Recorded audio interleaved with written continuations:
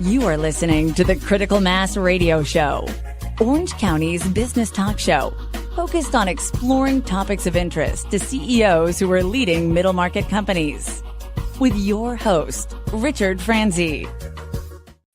Hello and welcome to Orange County's longest running business talk show. And yes, I am your host, Rick Franzi. And boy, do we have a good show planned for you. This is our second show of the new year, and I'm excited to have John Forsyte on the show. John is the president and CEO for the Pacific Symphony.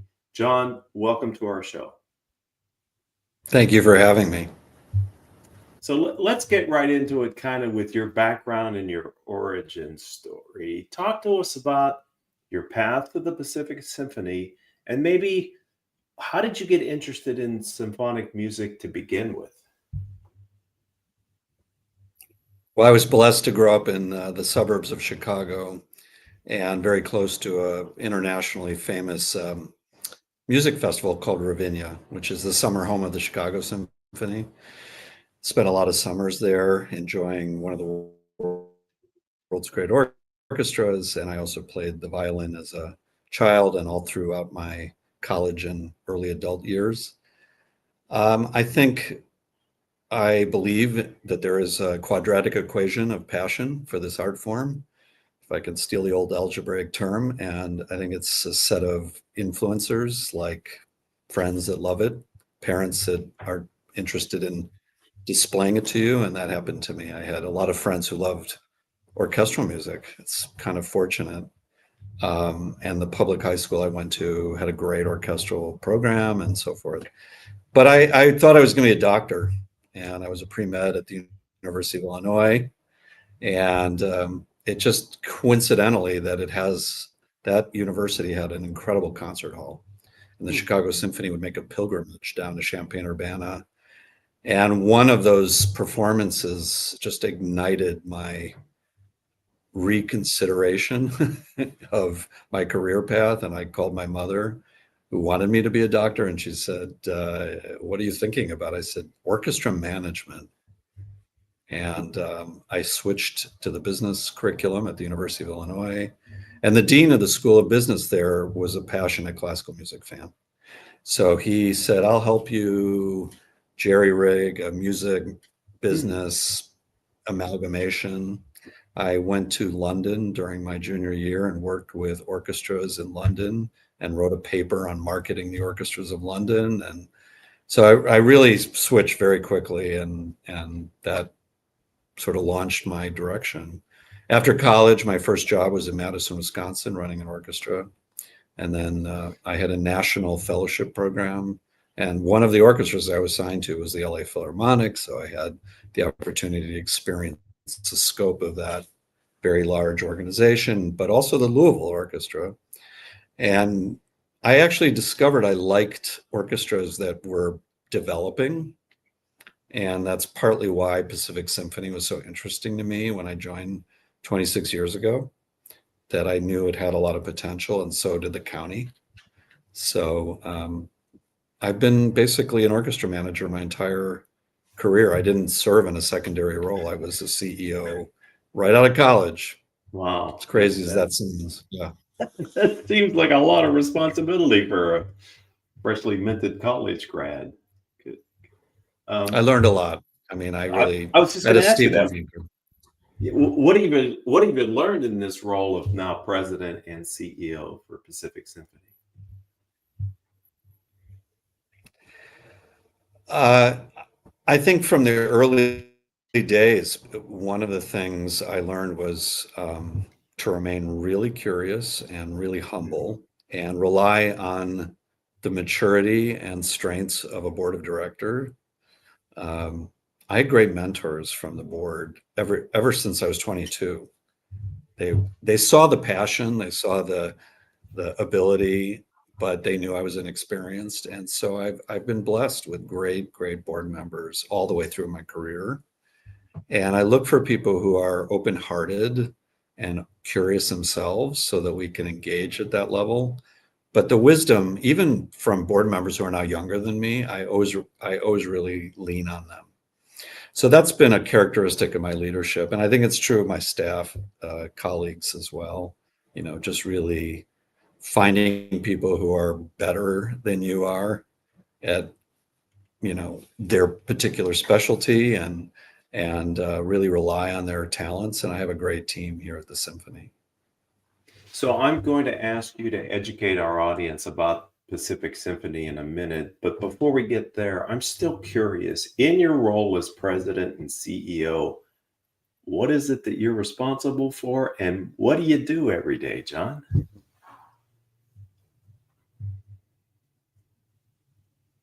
Well, if you think of this as, a large not-for-profit business, I have a business role, but I see myself. Can you still hear me? You broke up just a little bit there, but you're back now. Okay. So I'm the CEO of a $24 million not-for-profit. So part of my responsibility is obviously mission, keeping the mission in front of us, which, is inspiring, engaging, serving our community and forging a community where everybody feels a sense of belonging, and then defining program, like our programmatic portfolio with my colleagues who implement the programs, developing a strategic plan, obviously financial oversight. But a really big part of my job is this kind of community engagement fundraising role that I have, because the orchestra's philanthropy accounts for 55% of our revenue. So we are always looking at board building. We're looking at driving an annual fund and building our endowment. As a younger institution, we're only 46 years old. That's the youngest major orchestra in the US. Our endowment is among the smallest. So we really need to work on legacy gifts and capital fundraising. So I do a lot of work around that. That's a big part of my job. But I really think of myself as a strategic leader and building a great team and fostering, the best possible programming. So now let's talk programmatically for people who maybe are aware of Pacific Symphony, but maybe can't appreciate all that the symphony does throughout the year. Can you talk a bit about the programs and what you're organizing and putting on? Well, the majority of our concerts are at the Renee and Henry Segerstrom Concert Hall at the Segerstrom Center for the Arts. So we have one of the world's great concert halls. And in that hall, we have a series of, programmatic offerings. So one is classical music. We have 12 weeks, Thursday, Friday, Saturday, of classical programs. So 12 individual sets of 3 and sometimes even 4 concerts. We have a popular music series. We call it POPs. That's kind of a term that's in the symphonic world. But it's usually a headline artist or a thematic program. So there's a group called Pink Martini that's performing with us at our next program, but we're also doing, a thematic concert like tribute to Genesis and Phil Collins's music. So that, that's 7 weekends of Friday, Saturday concerts. We have a family series, very popular on Saturday mornings, 4 Saturday morning programs. And a lot of specials. So we have a Lunar New Year program, a celebration of the Iranian New Year called Nowruz. And most, closest to us right now on January 25th is Symphonic Soul, which is a celebration of African-American artistry. And I call those programs building communities concerts, because the orchestra can act as a uniter, help everyone understand the beauty of the cultures that surround us through the art of music. Then we transition into the summer, and we have a home currently at the Great Park. The Great Park Live venue is a temporary venue that will serve the symphony in the upcoming years until a permanent amphitheater is built in the Great Park, hopefully opening in 2028. And in that venue, we've done 6 performances the last summer when it opened, and continue to hope to do concerts there in the upcoming year. And then we have literally thousands of events throughout the community. So outside the concert hall, the orchestra is teaching, it's mentoring, it's doing music and wellness programs. And if you add up all the initiatives that we have, elementary school partnerships, youth ensemble coaching, playing therapeutic concerts at various health centers, outdoor concerts on our Music Symphony on the Go platform, which is a mobile stage. It's literally over 1,000 events. Wow. So we have a very large education and community engagement team that implements those programs. We also have a production and artistic team that implements the full orchestral and chamber music concerts. So it's a complex organization, and over 50 full-time employees. And then, of course, the musicians are employees as well. You just anticipated my question, but I'm going to ask it anyway. For all these different series, is the symphony the same symphony, or is it different musicians for different performances? How does that work, John? It's a complicated question. The Pacific Symphony has a labor agreement. So we negotiate with a union, the American Federation of Musicians. And through that negotiation, there's a set of prescribed hiring practices. So we have a contracted orchestra. There's a roster. People have auditioned, very competitive, behind the screen. We have no idea. And they win a position and go through a probationary period. And then, they can be awarded tenure. So that contracted roster are engaged in an order. So, for example, chair 1, 2, 3, 4, and the violins, first violins, and the second violins, violas, cello. So for an orchestra concert, let's say we need the full orchestra. Well, everybody gets an offer of work. If one is unavailable, here with 2 musicians. So that with a chamber music concert, again, we hire in a prescribed order, but there are exceptions to that, which are prescribed labor agreement. So the answer to your question is the musicians are a stable roster, but we also augment with substitutes. And if we need more musicians than we actually have on the roster, we hire what are called extra musicians.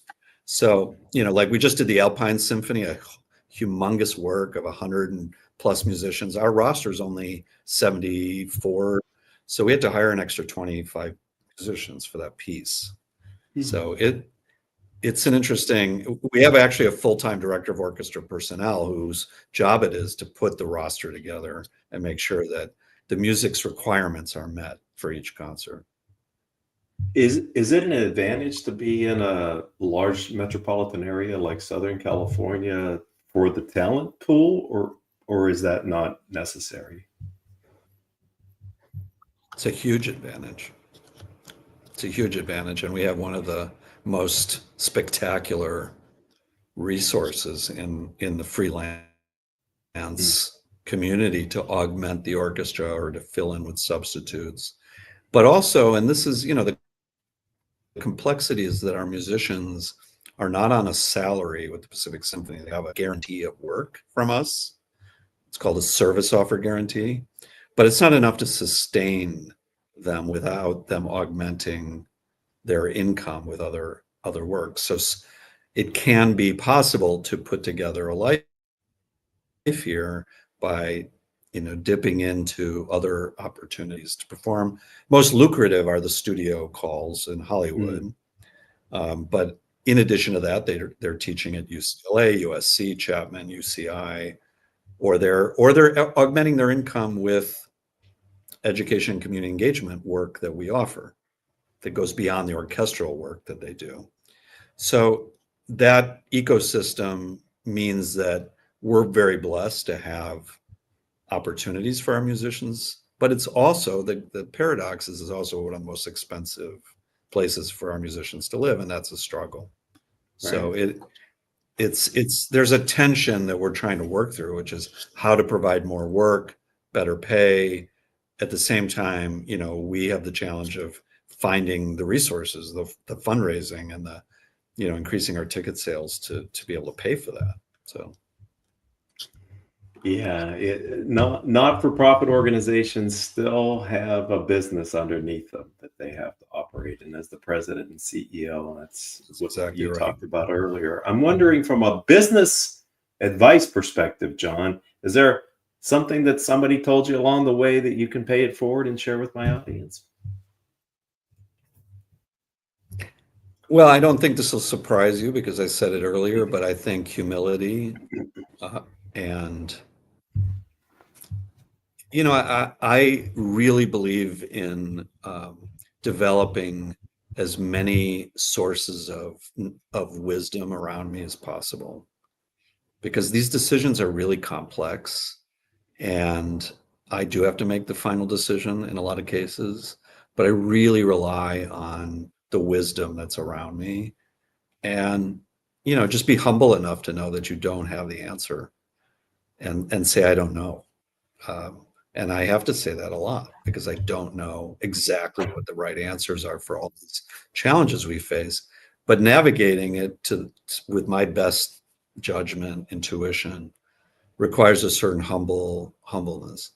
And then I think, I see myself as a servant leader to support the team I have and try and build resources, professional development opportunities for my colleagues, because there's so much to learn.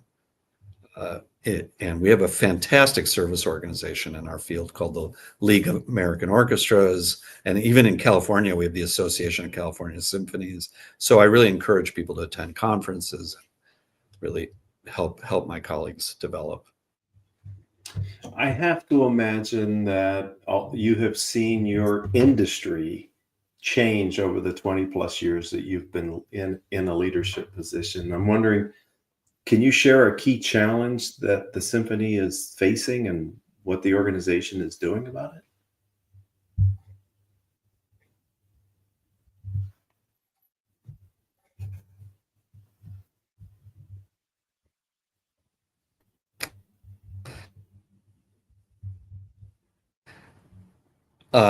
You broke up for a second. I think I know what your question is. And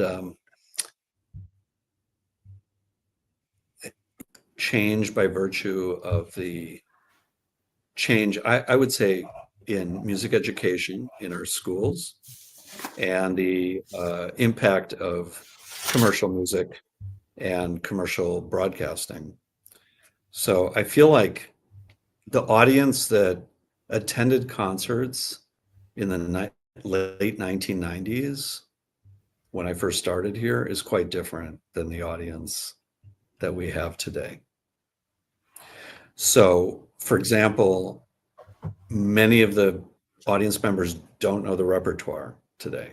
They haven't heard much of what we program.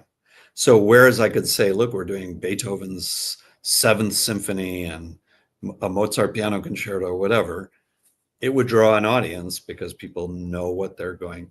Today, I think a lot of people have no idea what we're talking about. So, we have to create experiences and trust that we are curating excellent concerts. And even if you don't know a work that's being programmed, you'll have a really positive engagement experience. It does complicate matters. And I always say Johnny Carson was like the last commercial broadcaster that championed classical music on his show.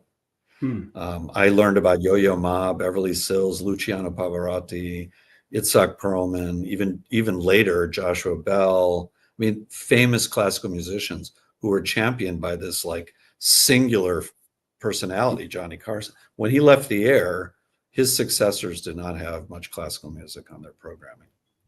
And I think that's really been hard. Like, we had to make up for it through other media channels. And that is not something a nonprofit industry can do very easily.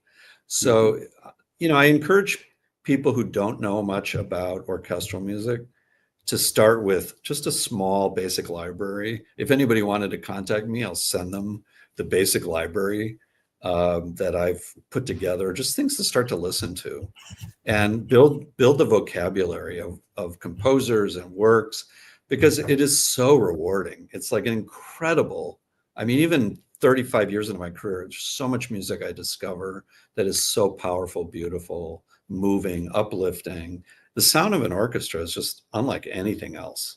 It is it's a miracle of the art world that this thing got created and developed. And so I just feel so lucky. I was exposed to it as a kid. But for those who haven't, I think it's a world of immense discovery. And I hope people will journey with us through a season. So one of the ways that people can kind of get connected to the symphony is your upcoming gala. I know in May of this year you have an event. Can you talk a bit about your upcoming gala? Yeah. Yeah, our biggest fundraiser of the year is May 31, and it's honoring the 35 years of Carl St. Clair as music director, and it's his final year as music director. Mm. He is the longest tenured conductor of a major American symphony orchestra, and we want to celebrate him, and we want to invite the community to come to that event at the Hyatt Regency Irvine. And it'll be just a beautiful evening of great entertainment, celebration. It's chaired by two illustrious volunteers, Jane Fujishike Yada and Sandy Sagerstrom Daniels, two great volunteers are co-chairing it. And they love Carl and they love what he's contributed to our community, his passion for serving the community. So it'll be a beautiful event. But we have many other concerts all the year, and I invite people to visit Pacific Symphony. pacificsymphony.org is our web address, and that's where they can find out all they need to know.